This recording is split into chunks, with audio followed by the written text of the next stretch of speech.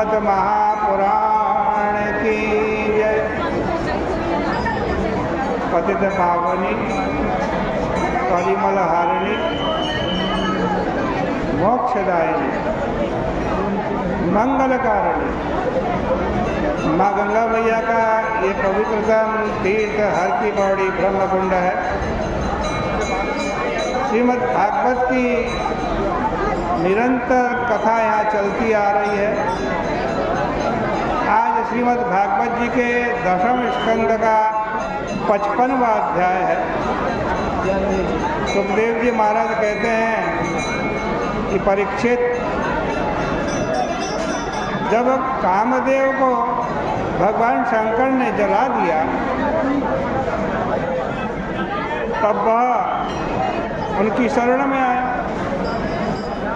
और उन्हीं की कृपा प्रसाद से श्री कृष्ण वीर्य समुद्भव होकर रुक्मिणी के गर्भ द्वारा प्रद्युम्न नाम से प्रकट हुआ। इधर नारद जी ने शंबर को कुछ ऐसा सिखाया पढ़ाया कि वह दिन रात वह 10 दिन के भीतर ही प्रद्युम्न को शंबरासुर चुरा करके अपने घर ले गया, फिर उसको समुद्र में डाल दिया। वहाँ पर उस शिशु प्रद्युम्न को मछली ने निगल लिया। उस मछली को मछुओं ने पकड़ा और भेंट के रूप में शंबरासुर को दे दिया। उससे उसे रसोई घर में भेज दिया। वहाँ नारद जी की शिक्षा से कामदेव की पत्नी रति मायावती के नाम से रह रही थी। इसलिए जो मछली के पेट से बालक प्रद्युम्न निकला तो वह उसे नारद जी के उपदेश के आधार पर पहचान गए। असल में नारद जी के उपदेश के बिना कोई किसी को नहीं पहचानता।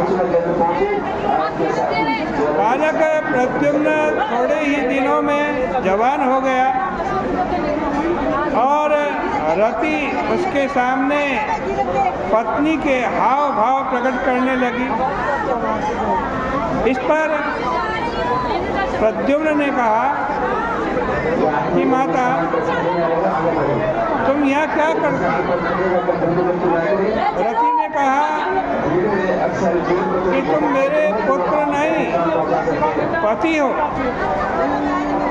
मैं तुम्हारी पत्नी रति हूँ। यह शंबरासुर तुम्हारा शत्रु है,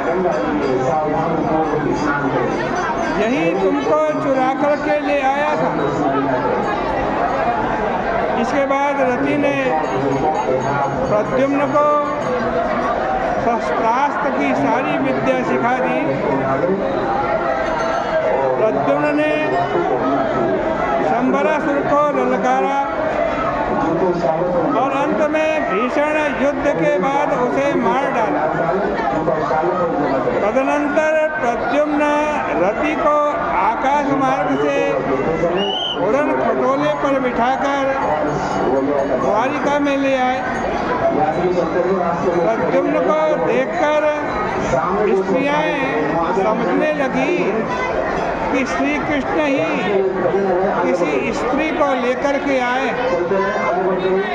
पर बाद में मालूम पड़ गया कि यह कृष्ण नहीं प्रद्युम्न है। अब तो रुक्मिणी की छाती में दूध आ गया, देवकी आई, वसुदेव आए, श्री कृष्ण आए। अंत में नारद जी ने आकर सब कुछ बतला दिया। सौ को बड़ा सुख। आश्चर्य हुआ कि हमारा मरा हुआ पुत्र लौट आया। भगवान श्री कृष्ण का सौभाग्य ऐसा है कि उनका मरा हुआ पुत्र भी लौट आता है।